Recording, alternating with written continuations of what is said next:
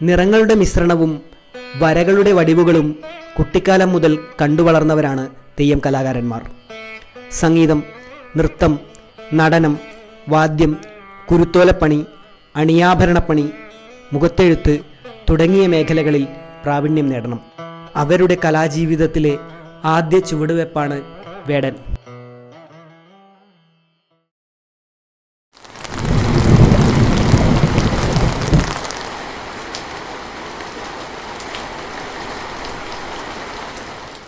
കാക്ക കണ്ണു തുറക്കാത്ത കാരാക്കർക്കിടകം, തിമിർത്തു പെയ്യുന്ന മഴ. നാട്ടിൻപുറങ്ങളിൽ പരമ്പരാഗത തൊഴിലുകൾ നന്നേ കുറവ്. ഉറങ്ങിക്കിടക്കുന്ന ഈ ഗ്രാമാന്തരീക്ഷത്തിലേക്കാണ് വയൽവരമ്പുകളിലൂടെ ആടിവേടൻ എത്തുന്നത്.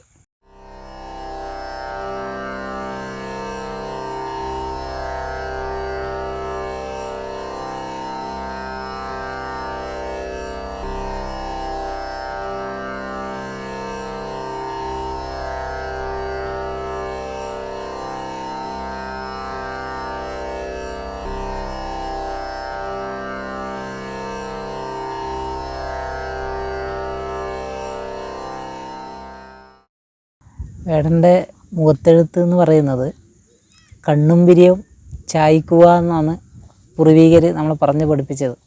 അപ്പം കൊടുമ്പിരിയം, കടക്കണ്ണ്, പിന്നെ ചുണ്ട്, താടിത്തണ്ട്, പിന്നെ പരമശിവൻ്റെ ഇതായതുകൊണ്ട് നേത്രം തൃക്കണ്ണായിട്ടാണ് വരക്കുക. അതിന് ഉപയോഗിക്കുന്ന സാധനങ്ങൾ എന്ന് പറഞ്ഞു കഴിഞ്ഞാൽ ഓറഞ്ച് കളറ് വരുന്ന ഇതാണ്. അത് മണയോല എന്ന് പറയുന്ന ഒരു പൗഡറാണ്. പിന്നെ ചായില്യം, പിന്നെ അരി അരച്ച ചാന്ത്, അരിച്ചാന്ത് എന്ന് പറയും. അതിന്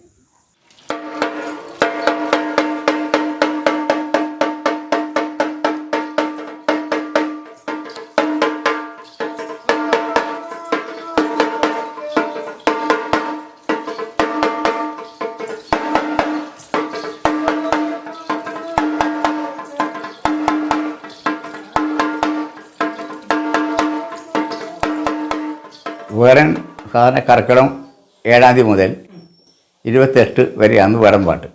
അത് വണ്ണാൻ മലയാൻ രണ്ട് സമുദായപ്പെട്ടവർ വേടനും ആടിയും പരമശിവനും പാർവതിയും. പെരുവണ്ണാന്മാരെ കിട്ടുന്നത് ആടി വേടൻ. മലയന്മാരെ കിട്ടുന്നത് വേടൻ പരമശിവനും ആടി പാർവതിയാണ് സങ്കല്പം. അത് വീട് അതിനെ കയറി വീട്ടിലുള്ള ജ്യേഷ്ഠകളും ദാരിദ്ര്യങ്ങളും ഒഴിവാക്കാൻ വേണ്ടി ചെയ്യുന്നതാണ് പാരമ്പര്യമായിട്ട് പറഞ്ഞു കേൾക്കുന്നത്. അർജുനന് പാശുപതാസ്ത്രം വരമായി നൽകുന്നതിനും മുനിശാപത്താൽ പന്നിയുടെ രൂപത്തിൽ കാട്ടിൽ കഴിയുന്ന മൂകാസുരനെ അമ്പെയ്ത് ശാപമോക്ഷം നൽകുന്നതിനുമായി ശിവൻ വേടനായി ഭൂമിയിൽ അവതരിച്ചു എന്നാണ് വേടൻ്റെ ഐതിഹ്യം. ഭൂമിയിൽ അവതരിച്ച വേടൻ ആദ്യം മൂകാസുരനെ അമ്പെയ്തു. തപസ്സു ചെയ്യുകയായിരുന്ന അർജുനൻ്റെ സമീപത്തേക്ക് മൂകാസുരൻ പ്രാണരക്ഷാർത്ഥം ഓടിയെത്തി. പന്നി മൂകാസുരനും വേടൻ ശിവനുമാണെന്നും തിരിച്ചറിയാതെ പന്നിയുടെ ജീവന് വേണ്ടി അർജുനൻ വേടനുമായി യുദ്ധം ചെയ്തു. പാർത്ഥൻ അടിച്ച അടി മഹാദേവൻ്റെ ശിരസിലാണ് വിളിക്കുന്നത്. ആ അടി ശിരസിൽ കൊണ്ടപ്പോൾ വിശ്വരൂപം കാണിക്കുന്നു. വന്യചന്ദ്രക്കലയും പാർവതിയും നാഗമണിമാലയും ഒക്കെ പരമശിവൻ്റെ യഥാർത്ഥ രൂപം കാണുന്നത്. ആ സമയത്ത് അർജുനൻ ഭഗവാനെ സ്തുതിച്ച് കാലനെ കൊന്ന ഭഗവാനെ കരുണാസിന്ധു പാലിച്ചീരണം പാർവതിയെ പോലെ നിന്നും മറിയുമായി ആർക്കും അറിയില്ല എന്ന് പറഞ്ഞ് സകല കുറ്റങ്ങളും ക്ഷമിക്കണം എന്ന് പറഞ്ഞ് നിന്ന് നമസ്കാരമായി വേടൻ്റെ കാൽക്കൽ വീഴുന്ന സമയത്ത് പാർത്ഥനെ പിടിച്ചേൽപ്പിച്ച് അർജുനനെ പിടിച്ചേൽപ്പിച്ച് ഒരു പാശുപതാസ്ത്രം കൊടുക്കുന്നു. അന്ന് ധരിച്ച രൂപം, ഈ വേട രൂപം ചെറുമനുഷ്യർക്ക് ഭൂമിയിൽ ഇത് വിടുന്നതാണ്.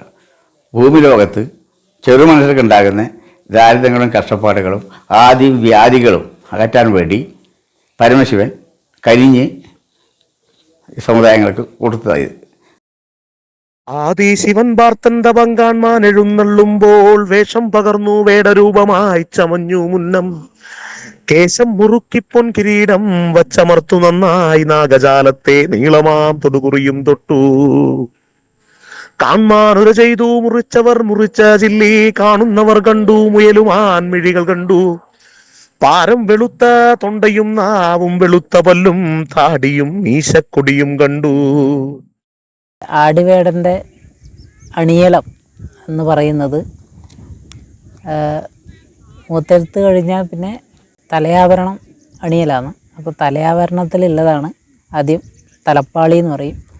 വെള്ളീൻ്റെ അത് ഇങ്ങനെ ഫ്രണ്ടിലായിട്ട് വരുന്നതാണ് തലപ്പാളി. അത് 21 ഗുരുക്കന്മാരെ സങ്കല്പിച്ച് ചെയ്യുന്നതാണ് തലപ്പാളി. പിന്നെ അതിൻ്റെ മേലെ തലപ്പൂ, അത് ചുവന്ന കളറിലായിട്ടുള്ളതാണ്. പിന്നെ അതിൻ്റെ മേലുള്ളതാണ് ആർച്ച് എന്ന് പറയും, അതുണ്ട്. പിന്നെ കുട്ടിക്കാത്, പിന്നെ അതുപോലെ തന്നെ പൗവം എന്ന് പറയും, കഴുത്തിലണിയുന്നത് പൗവം. കഥകളിക്കും ഇതിനെല്ലാം യൂസ് ചെയ്യുന്ന പോലത്തെ പൗവം. പിന്നെ തുളസിമാലയുണ്ട്. പിന്നെ ബനമാല എന്ന് പറയും അതിന്, ആ മാല. പിന്നെ ചുവന്ന പട്ടിലാണ് ഇത് ചെയ്യുക. ചുവന്ന പട്ട് ഉടുക്കാനായിട്ട് ഉപയോഗിക്കും. പിന്നെ കച്ചങ്കര എന്ന് പറയും, 2 സൈഡിൽ വരുന്നത് കച്ചങ്കര എന്ന് പറയും.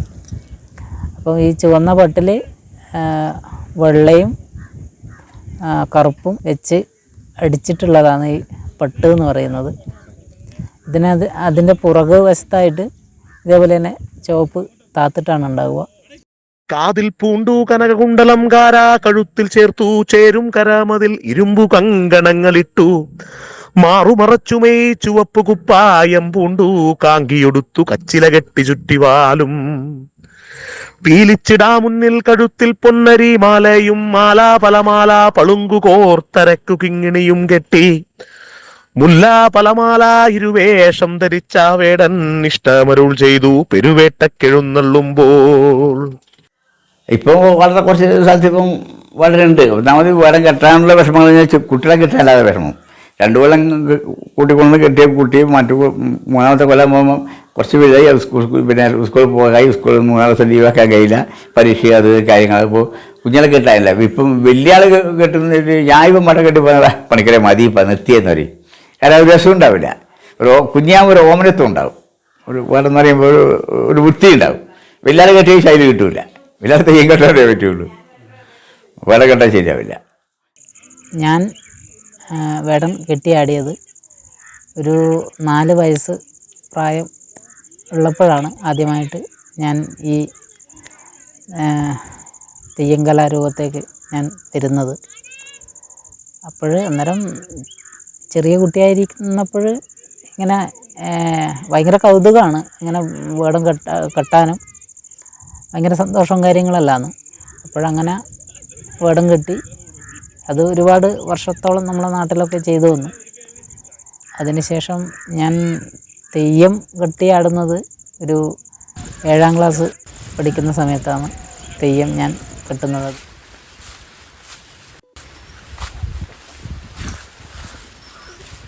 വാദ്യങ്ങൾ അത് പല സ്ഥലത്തും പല രൂപത്തിലാണ് ഉപയോഗിക്കുക. നമ്മൾ ഇടന്തല എന്നാണ് പറയുക, വീക്ക് എല്ലാം പറയും, അതാണ് നമ്മൾ ഉപയോഗിക്കുക. പിന്നെ കിണ്ണത്തിന് കോല് കൊണ്ട് വെച്ച് കൊട്ടുന്നതുണ്ട്. ചേറുമങ്ങലം എന്ന് പറയുന്ന കൂട്ടിൻ്റെ ഒരു കോലും വെച്ച് ചെയ്യുന്നതുണ്ട്. പിന്നെ ഈ വേടൻ്റെ കയ്യിൽ ആയുധമായിട്ട് ചില സ്ഥലത്തൊക്കെ അമ്പും വില്ലും എന്നല്ല, വേടരൂപമായതുകൊണ്ട് അമ്പും വില്ലും അങ്ങനെയുണ്ട്. നമ്മളിങ്ങോട്ട് മണി കണ്ടുവരുന്നുണ്ട്, മണി കൈമേലുണ്ടാവും. കുട്ടികളുടെ പഠനം പ്രധാനമാണെന്ന തിരിച്ചറിവിലാണ് തെയ്യം കലാകാരന്മാർ. എങ്കിലും ബാല്യകാലത്ത് തെയ്യം കലയിലേക്ക് അച്ഛൻ്റെയും അമ്മയുടെയും കൈപിടിച്ച് നടന്നു വന്ന വേടൻ കാലയവനികയിൽ മറയാതെ അനുഷ്ഠാനമായെങ്കിലും നടത്തുന്നു വടക്കൻ കേരളത്തിലെ ഇതുപോലെ ചില ഗ്രാമങ്ങളിൽ. താഴെ വലകെട്ടിക്കണവില്ലു നിരന്നു നിന്നു, ഭൂതപ്പെരുവേട്ടക്കെഴുന്നാട്ടുബലിയും കൂട്ടി, കല്ലും മലകളും മുകളിലെ നായാടുമ്പോൾ തുള്ളും മുയലണ്ണാൻ ഉടുമ്പു പാമ്പനേകം ജാതി.